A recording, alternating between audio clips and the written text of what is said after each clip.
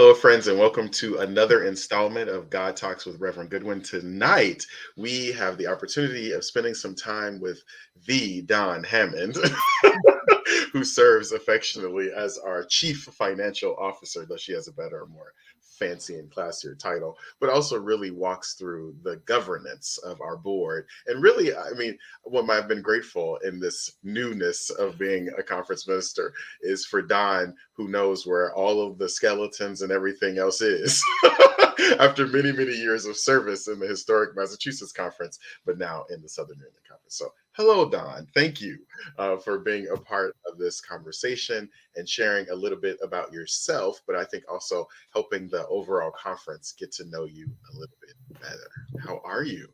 I am well. Good to see you, Reverend Goodwin. Thank you for asking. I will give a disclaimer. This is often not Don. The Don is the person who's behind the scenes, making sure the ship is sailing, does not always like to be at the forefront of the ship. But I think we would all be remiss to not give you an opportunity to be able to, I think, uncover some of the heart behind how we steward the finances of the conference, the heart behind how we really do walk through governance. And I think, Don, we would not be where we are were it not for the heart that you lead with and the perspective that you bring. So I'm grateful for your flexibility and willingness. And folks, this is just a precursor because Don is also one of the preachers at annual meeting. Oh, Lord. So she's just pushing past all of her comfort zones to be service to the conference. So thank you for that. But I will jump right in. So Don, one of the questions I always start with is how would someone of importance in their life, and so for you, I'll say, how would some of your closest friends describe who Dawn Hammond is? That is such an interesting question. I think my close friends would describe me as loving, as loyal, as a little too serious and hardworking sometimes, as maybe sometimes being a little too sure of what I think or like that. But also, I think my close friends kind of admire my persistence and activism about the stuff that I care about. So those are the things that come to mind. Yeah. I'm going to ask you to unpack the last little sentence you said, simply because I think it relates so much to the mission and values of the conference. So share with us, Don, what are some of those things that you are passionate about in relation to justice issues, which I know are pretty central to a lot of what you do outside of work, but really your work? Yeah, well, the first thing is, of course, I'm so blessed to work for this conference and all those years that I worked for the Massachusetts conference, because how many people get to come to work every day with all these people who are about trying to bring the realm of God or bring us closer to it? So that has been such a gift. But there was a little time when I'm not working at this job or taking care of my various family members, and some of the things that I do in that time. I did co-found Node, we call it, of 350 Mass, which is a environmental climate group in Holliston, Sherburne, Ashland. We have folks from those places. I had for a number of years co-led a racial justice ministry in my home church of Holliston. I actually did turn that over around earlier this fall because there was just sort of too much that I was trying to do. So those are kind of the two fronts, the two justice fronts that I've done most on in this recent phase of my life. So. Yeah. When I think about your connection to the historic Massachusetts conference, but then also now the Southern New England conference, I imagine that began somewhere. So some people found the United Church of Christ at some point in their own spiritual journey. Some of us have been there since birth, and it was kind of the only church that you've really known. What's Dawn's story? How has the United Church of Christ congregationalism kind of manifesting in you, in your own life? Yeah, well, I'm a UCC baby, Darrell. So I was born in 1958 to a congregational minister. My dad, Reverend Randy Hammond, was, when I was born, a part of the East Harlem Protestant Parish, which was a inner city group ministry out of Union Seminary. And my mom had done field work at the parish and met Reverend Randy and married him. But even before that, I mean, I have E&R roots on my mom's side. My great uncle was a missionary. Another great uncle was a E&R pastor. So there's a lot of UCC history wrapped up with my personal history. But yeah, I have never, my first church was the Church of the Resurrection, which was a storefront church on East 102nd Street in East Harlem. And from there, I was a member of, or I was a child in, and then a member of any number of other churches that my dad pastored. And then when I was in my early to mid 30s, my mom also became a UCC minister. So I am a double UCC preacher's kid. She had, before that, she had been, she got an MRE early on in her life. And, but she never really liked being the minister's wife. I think she was way happier being co-pastor. They really hit their stride together when they were pastoring together. So yeah, I mean, I am such a UCC baby. And then when I'm looking for part-time work, my son, first child, is about 2.5. And I come across, at that point, it was still a newspaper ad, right? I come across this newspaper ad and I had an MBA and with an emphasis in public administration. I come across this newspaper ad for a part-time, I think it was an accounting manager position for the MACUCC. I thought, that's a suspicious set of initials. And I walked into my interview with my resume in one hand and kind of my family history. And I think, Susanna Baker, who first interviewed me, kind of couldn't believe it. So she was convinced that was Providence.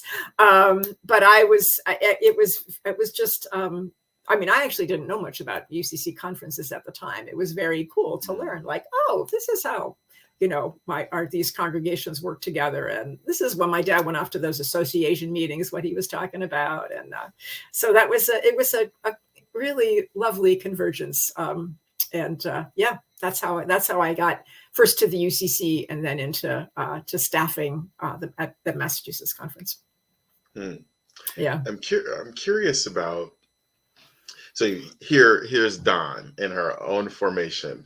Father's a UCC minister. Ultimately, mom becomes and becomes, let's just say authorization happened, because I'm going to say the call was obviously very ever present in their lives. And that's the environment you're being shaped in. But at some point, you have to decide the UCC is my church. Yeah. Do you if you remember, or kind of what made you kind of then decide, this is kind of where I also want to be? Because not all preachers' kids necessarily find themselves connected in that way. Yeah, I once had a conversation with my then pastor who said, given your background, a lot of people would be like really far away from it. They would like run fast in the other direction.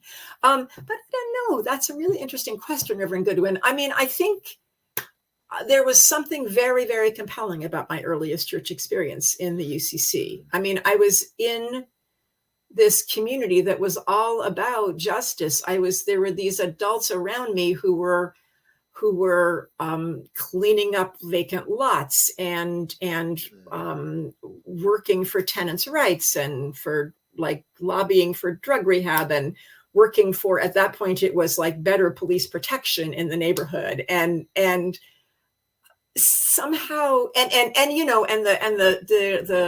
the scripture that I would hear in church, because we had church and Sunday school separately. Little kids were in church, as I recall, about justice rolling down like water. I mean, I love that stuff. It just moved me so much because I could see around me how we needed justice to roll down like water. It was clear, I was only, 5 or 4 or whatever, but it was clear that, we needed God's redemption here in this world. So interestingly, I never really questioned the UCC per se. I certainly had times when I kind of wondered about the whole God thing.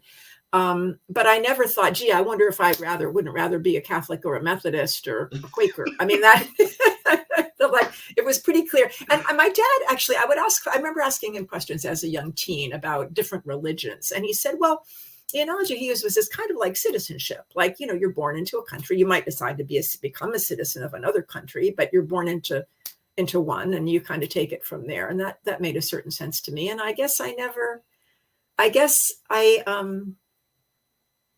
despite I might have had frustrations with particular churches at particular times, the sort of fundamental identity of belonging in this country, in this piece of Christendom, it just always kind of made sense to me.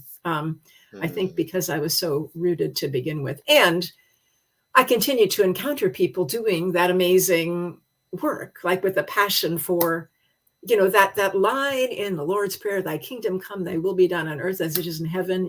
I wanted that so bad. I could taste it as a little child, and I still do. And I still have had the blessing of just encountering person after person over a lifetime. And certainly in the last number of years as conference staff, of getting to work with people who share that vision. And so, I don't want to mean to have a disappointing answer, but it's kind of how it is for me. It has just sort of grown gradually. So, oh no, I think that's a beautiful. I mean, when I think about annual meeting, we're talking about 400 years, a sure foundation. You hope that something in this historicity compels, that draws, that speaks to your heart in a way that makes you want to still be a part of it. I think something that I'm so inspired by is to hear you say the same God of your understanding as a child, like the same faith that says, may justice flow down, right? Is the same faith that now, at this point in your career and life, you still sense. It's still a part of who we're called and compelled to be. I mean, I think any faith group, any nonprofit, any organization, to have that through line that a person says, there's still the taste of it, even now. Yeah. Which says that despite whatever, I mean, and there were problems with that early community, right? I mean, I think there was a lot of arrogance. I'm sure there was unaware racism, whatever, but there was enough of that core of the Holy Spirit, right? That was inspiring and compelling, that I was also thinking of the word through line. I mean, that's true. And just really fortunate for me. So, yeah. Thank you for that. I'm curious about, I want to double back to something you said earlier that I think is worth poking into a little bit. So here you are, embodied in how God has created you, a woman who decides to get your MBA and enters to work in financing in a reality that even in 2022, women are still sort of pressing for equal pay and the opportunity to really say, like, hey, here's my gifts and talents and where I can use them. I mean, it's unfortunate that we still have to celebrate the first woman who's the CEO of this Fortune 500 company and so on and so forth, because our world is still catching up. I am just curious, what compelled Dawn Hammond to be like, yes, this is what I'm going to do. And I'm going to move forward in it. Like, talk to me about what was kind of happening in you. Darrell. Well, I mean, I got to be honest. It wasn't that, it was a pretty muddled time in my life. Okay. So when I decided that I was going to get my graduate degree in business administration, first of all, the program that I went to, they had a public management. Let me back up a step. I've been working in like an entry-level human service work, and I was working as kind of an advocate and case manager for developmentally disabled adults who like lived in apartments but needed some help. I did that for several years right out of college. It was interesting to me, but I thought, I think I want to, learn more about kind of how to run nonprofits or whatever. So, and but it's also true that, it was a time in my life when probably I didn't have any business making big decisions. Like my little sister had died suddenly, quite recently.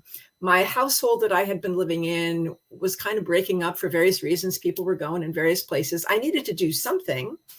I applied to a few graduate programs. This one gave me money, which was like, okay, this I could finance this. And they had an emphasis in kind of public and nonprofit administration. This was at Cornell University's business school. And as soon as I got there, in my first semester there, they phased that out. So So I got an MBA, like it's a straight MBA, because that's what I could get by, continuing. But I will say that this is the grace of God in my life vocationally. So the truth is, I never could figure out really what I wanted to do when I grew up or whatever. I was always like, that there would be these books or exercises that say, you go into a party and like, over here are the scientists and over here are the social workers and over here are the artists, and like, where do you want to be in the room to go? And I wanted to be everywhere, like here and there. I just like, a clear vocation is not something with which I was early blessed, shall we say. But here's the grace, right? So I get into this role with I was in a different job first with my MBA, but I get into this role with the Massachusetts conference, and I get to write. I get to work with people. I get to work with numbers. I get to work with really good values. Like all my favorite things kind of all mixed together. And it keeps on changing and being more interesting and evolving over time. And so, and there were, I think, a number of decisions where, do you want to take on this different role or whatever? And like, I remember when I became we called it Associate Conference Minister for Policy and Finance in Massachusetts, it really was a situation where I thought, I probably am the best person for this job. It's a kind of a maverick job. It involves lots of different things. I can do those different things. I love the organization. I love the vision. Yeah, sure. Why not? So I have no idea that it's some years later. Right, exactly. Here I am still. It just kept on, I think God just kept saying, yeah, hang in there, because, you're in a good spot. So, so it is interesting being female in finance. I'm not sure quite what to say about that, because it's not like I intentionally decided, I'm going to break this barrier here.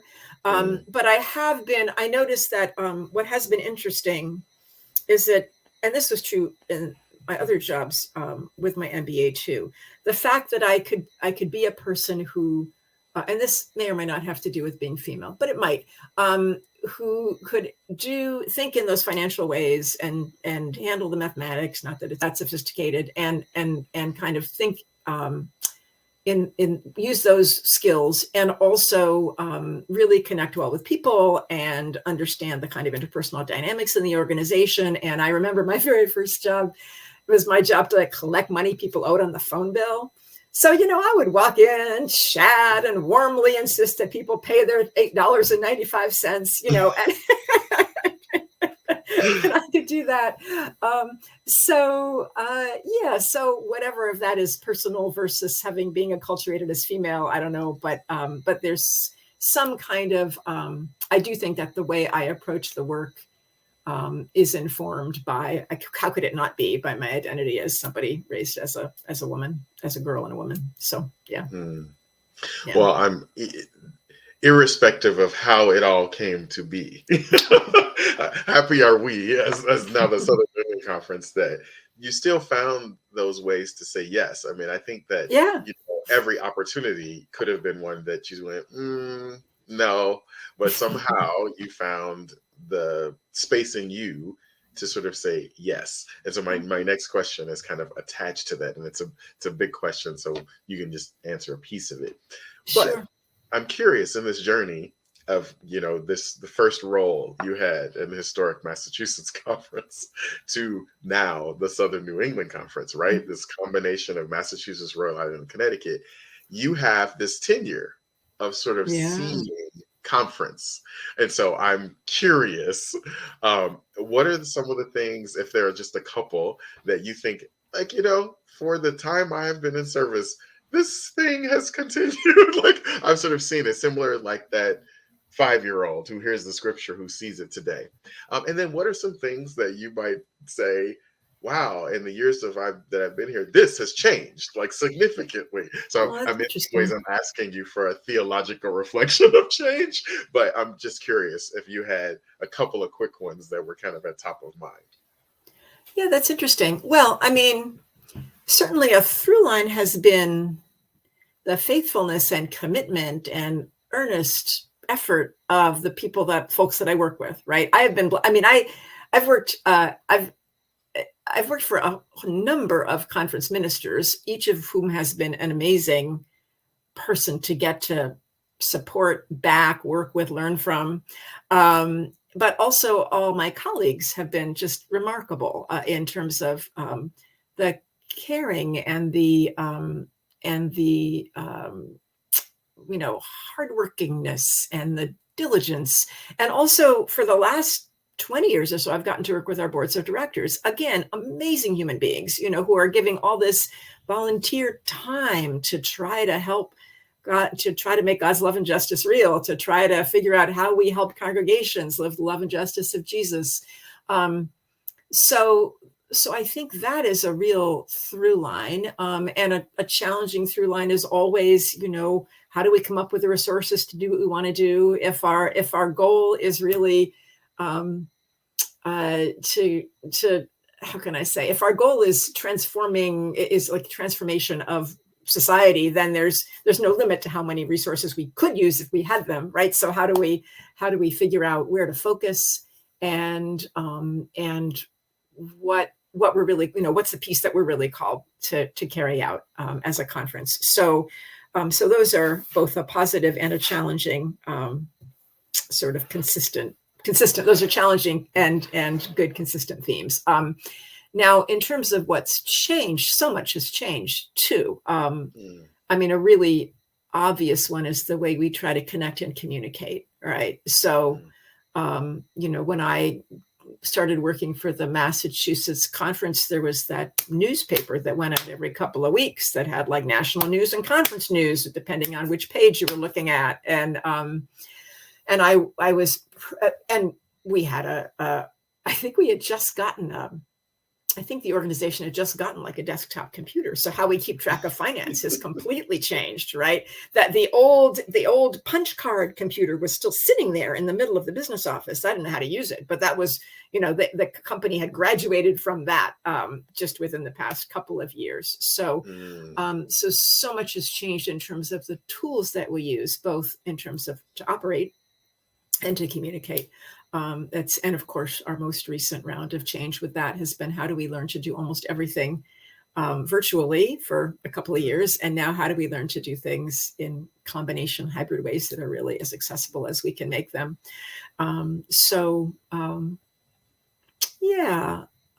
Those are the things that come to mind. I also think there's been a shift in the 30 plus years that I've worked for the conferences. And it's a shift we keep struggling with and keep iterating again and again, but I think we are moving. I mean, I'm sure we're moving. I think there was a kind of patriarchal, we will serve the church's notion it was still the sort of the dominant theme or the dominant idea of what conference was about when I arrived in late 1988. That, we have these area ministers and they are ministers to the ministers, and we have these resources that we hand out to the churches and all that. And I think starting really 15 or so years ago, there sort of became a growing awareness that that doesn't really work, that like the like hub and spoke model doesn't really work very well, and that there's all kinds of wisdom in each of our local churches and among our clergy, and really what a conference, and and there's Google. Ken Salata used to say, people need resources, they can go to Google. I mean, I think the conference still has a role in curating and pulling together good resources, but really a conference of churches is a web. It's a connection of churches and people and individuals, and the role of conference staff is much more to kind of nurture and sustain and equip and support that, and help forge those connections and help people and churches and congregations be less isolated. And so I think that's been a kind of cultural shift. The whole shift to clergy communities of practice was part of that shift, right? So that's all, that's, I think, an evolution that I've seen that we're still in the midst of, but that I think is great.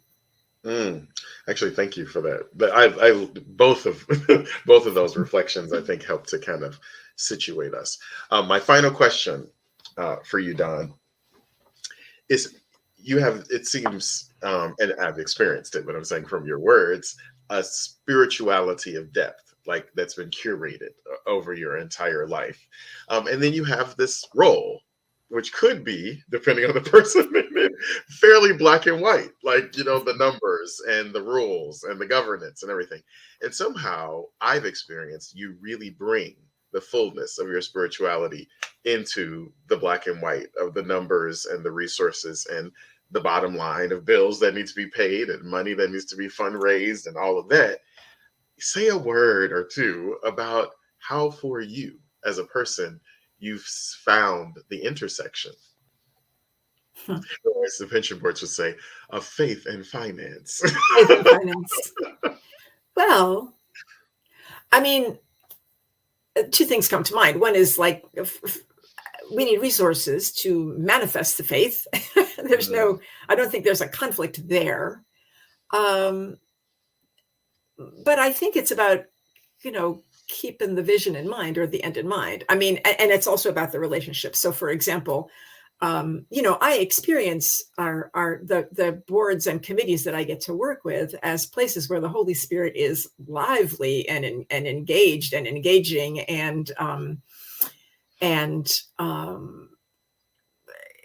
just seeing people struggle with what do we do about this or that, or how can we best assist? Those are Jesus and Spirit moments when also just seeing the relationships build among people who are working together toward these ends. And in terms of the finance itself, yeah, I mean, I see it as that part of my job. I see as like that if the conference were a ship, we need the engine room to be in really good working order. We need the engine to be working well. We need it to have enough fuel of whatever kind. We need to fix the things that are broken. We need nothing that's happening in the engine room to get in the way of the people who are steering. Finance is something that if it goes well, then the mission and ministry goes well, and nobody really notices too much about the finance, right?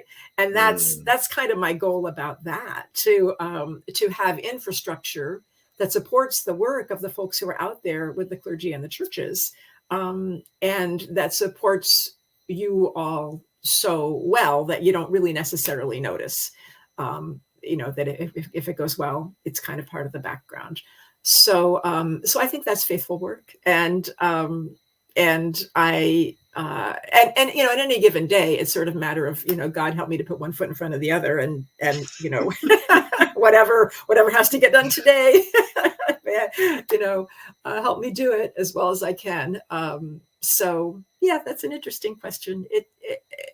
I don't experience a big gap between those two things, I guess. It's all part of, I mean, I'm fortunate to be doing finance in this context. I think if I were doing finance in a context I didn't find meaningful, I would find it really boring. So in this sense, I'm lucky to be here. Yeah. Yeah. I asked the question because I think sometimes I all of a sudden I had this vision of church councils and how people quickly go to the church council meeting going, well, the finance person, they're going to think like this, but then this, we have to come in. And I feel like you kind of embody the sense of like, no, we have to be really deeply rooted and grounded in our faith and in a sense of spirituality in this work. And then there's also the reality of, like I said, the bottom line and making sure that, we're not, that we're faithful stewards of what God has given. But I think, people are sometimes afraid that finance people will choose one over the other. And I feel that when you talk about the finances, you are also talking about the mission. And I think for people to think about the willing and working of their conference staff, I just think I would have been remiss of me to not name and have you kind of speak to that. I do think you try to walk in tandem, and I think that's an invitation to our churches in some ways as well. Well, the only reason to have the money is to do the mission, right? I mean, that's why we have been graced with these resources. And it's also true. It's true. I think you're right. There's a both and, because I also want to be accountable and responsible, and I want to encourage us to be as good stewards and to make as best, I feel like God's calling us to make the best use as possible of the resources that we are given, both human resources and financial ones. So, yeah. Well, Don, I really appreciate you taking this time to share a little bit more about yourself. Folks will be able to see in the header here of this God Talks some more information about your role and some of the things that you are specifically responsible for.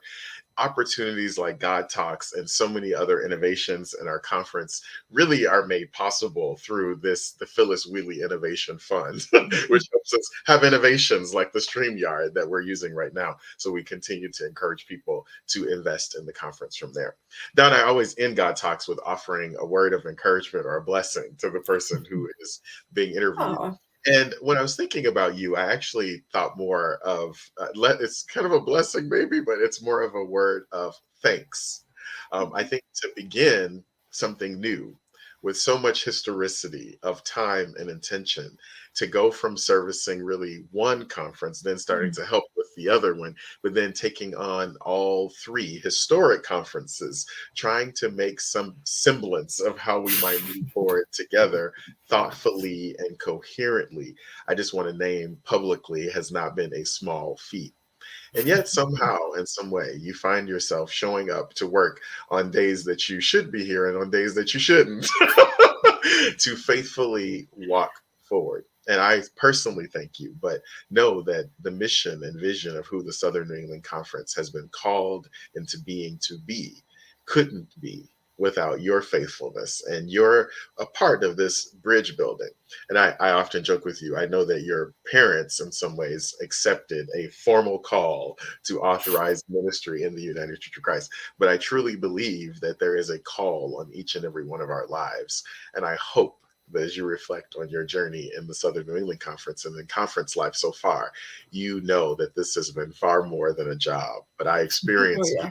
the role in it as truly a call to ministry for such a time as this. And grateful that we and the people of God that you can have and you continue to say yes. So Thank you, thank you, my Reverend. sister. All Thank right. you, thank you, thank you. And blessings on the rest of your day as well. Thanks. You too.